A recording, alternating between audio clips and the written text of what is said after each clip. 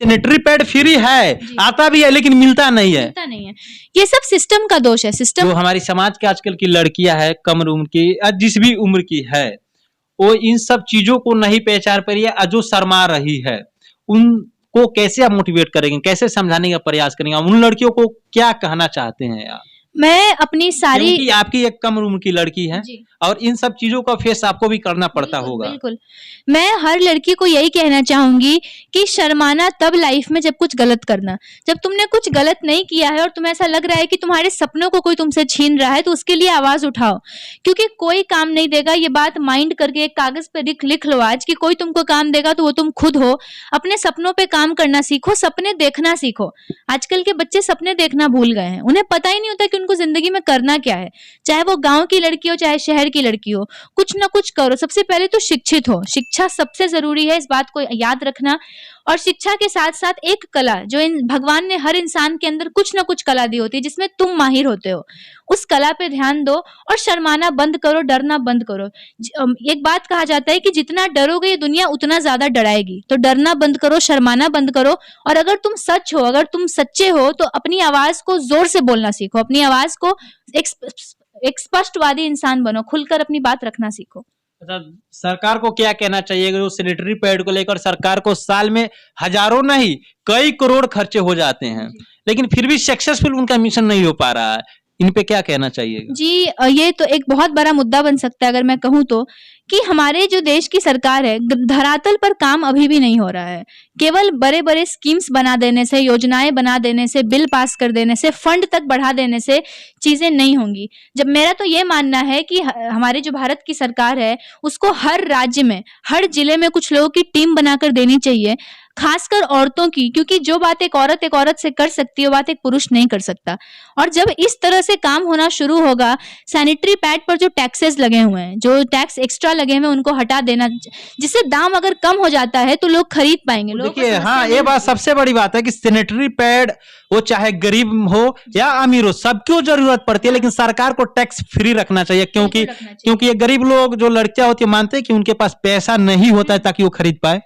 और सरकारी अस्पताल में अवेलेबल हमेशा होता नहीं है, ये भी गारंटी है, नहीं होता है। और सबसे बड़ी बात तो है कि सैनिटरी पैड एक ऐसी चीज है जो सरकार चाहे तो मुफ्त में भी ऐसे परिवारों को, जिस तरह से जो बीपीएल लोग होते हैं, जिनको राशन कार्ड मिलता है, जिनको राशन कार्ड से राशन मिलता है, अगर उसी राशन में अगर सैनिटरी पैड भी अगर जोड़ दिया जाए कि हर महीने एक परिवार को 2 या 3 पैकेट सैनिटरी पैड्स के मिल जाएं, तो कितना बड़ा बदलाव इस छोटी सी चीज से आ जाएगा। ये बात जानना आप भी सोचिए कि सैनिटरी पैड फ्री है, आता भी है लेकिन मिलता नहीं है।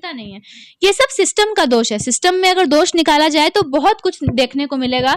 मैं फिलहाल सिर्फ गुजारिश कर सकती हूँ हमारे देश की सरकार से, हमारे बिहार की सरकार से, कि धरातल पर काम होना आवश्यक है। क्योंकि हमारे देश की जो बेटियां हैं, जो औरतें हैं, क्या कहते हैं ना कि आधी आधी आबादी है ना, जब आधे पुरुष हैं, आधी महिलाएं हैं, तो अगर आधी महिलाओं को भी 100% राइट्स अगर मिल जाए, 100% सुविधाएं अगर मिलने लगे, तो कितना कुछ बदलाव हमारी देश इस दुनिया को दे पाएगी, कितना कुछ परिवर्तन हमें देखने को मिलेगा। अच्छा, चलिए एक और सवाल आपसे है जाते जाते। जब सैनिटरी पैड अब आपसे, क्योंकि लोग अब बोलेंगे कि आप तो बता रही है लेकिन आप उन सब चीजों को करती हैं कि नहीं, तो इन चीजों को हम भी आपसे जानना चाहेंगे। जब आप सैनिटरी पैड खरीदने तो आप खुद जाती हो नहीं होंगी हमेशा के लिए, तो क्या आप अपने भाई को या पिताजी को या मम्मी को बोलती हैं लाने के लिए मार्केट से? बिल्कुल बोलती हूँ। और सिर्फ मैं ही क्या, आप किसी भी घर में देखिए तो अभी भी हमारा समाज क्या है कि बाहर पापा जाते हैं या तो भैया जाते हैं, तो जो बाहर जाते हैं उन्हीं को तो लोग बोलेगा ना कि सैनिटरी पैड खरीद कर लाइए। कुछ लोग तो नहीं बोल पाती, इनडायरेक्ट वे में बोलती है। मम्मी को कहती है कि मम्मी तुम पापा से कह देना, यही समाज है हमारा। बेटी कहती है मम्मी से कि तुम पापा को कह देना, पापा लेते आएंगे। और मैं खुद भी दुकान पर जाती हूँ कभी कभी खरीदने, तो हम लोग क्या करते हैं ना, मेरे परिवार में चाहे कोई भी हो, हम लोग काली पन्नी में सैनिटरी पैड नहीं लाते हैं। हम लोग उसको एक नॉर्मल चीज के, जैसे हम एक दुकान से दवाई खरीद कर लाते हैं, उसी तरह से सैनिटरी पैड भी खरीद कर लाते हैं। तो इसमें के नहीं डालते हैं, नहीं लाते, शर्म नहीं आता है? बिल्कुल नहीं आती है। वहां से बहुत सारे लोगों को आपको कैसे देखते होंगे, गलत नियत से देखते होंगे, भाई कैसी लड़की है, मेंटल है या क्या है, मतलब कुछ अजूबा सोचेंगे। मेरी शुरू से एक ही सोच रही है कि कुछ तो लोग कहेंगे, लोगों का काम है कहना। आप चाहे कितना भी अच्छा क्यों ना कर लो, आप हर किसी को खुश कभी नहीं कर सकते। कोई ना कोई ऐसा इंसान होगा जो आपसे दुखी रह ही जाएगा। तो उस दुखी इंसान को छोड़ दीजिए अपनी लाइफ में और लोगों की बातें सुनना छोड़ दीजिए। जो बातें आपको लगे कि सही है, बस उन्हीं को सुनिए। और समाज हमेशा कुछ ना कुछ आपको कहेगा ही। मैं यही कहूंगी कि आपके पैर खींचने वाले तो बहुत लोग मिलेंगे, मुझे भी कई ऐसे लोग मिले जिन्होंने मेरे पैर को खींचा नीचे, लेकिन मैं सिर्फ अकेली थी जिसने खुद को आगे बढ़ाया। मैं सबको यही कहूंगी जो लोग भी अपनी लाइफ में कुछ अलग करना चाह रहे हैं कि आपको गिराने वाले बहुत लोग मिलेंगे, लेकिन उठाने वाला सिर्फ एक इंसान है जो आप खुद हो, तो खुद पर काम कीजिए।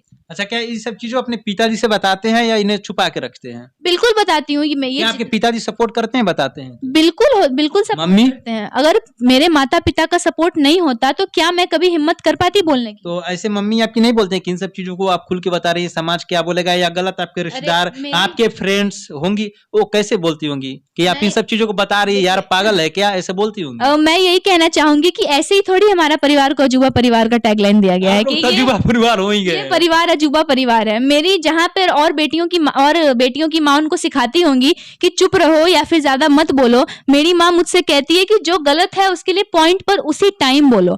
और अगर उन्होंने मुझे ये हिम्मत नहीं दी होती तो शायद, क्योंकि ये मेरा सपना था, तो मैं काम तो करती ही इस पे, लेकिन जो चीजें इतनी जल्दी जल्दी सक्सेस होती जा रही हैं, जो इफेक्ट लोगों पे पड़ रहा है मेरी बातों पे, वो नहीं हो पाता। इसमें सबसे बड़ी बातें है अजूबा परिवार की, और मैं भी बोलता हूँ कि जब भी बनिए तो कुछ अजूबा बनिए, दुनिया आपकी कदम चूमेगी। बिल्कुल बिल्कुल। और इन लोगों का सच में कदम दुनिया चूमती है। जिस तरह से हमारा पहले अजूबा घर बना, उसके बाद मैंने काम करना शुरू किया, फिर मेरा भाई जो है वो 56 कंपनी का CEO है, मेरे पिताजी जो हैं वो एक अंतर्राष्ट्रीय समाज सेवी हैं। तो जिस तरह से हम लोग सब कुछ ना कुछ काम कर रहे हैं, और हम सबका बस एक ही मकसद है काम करने का कि हमारे काम से समाज को कुछ सुधार मिले। आप क्या बनना चाहती हैं, लास्ट में बताइए?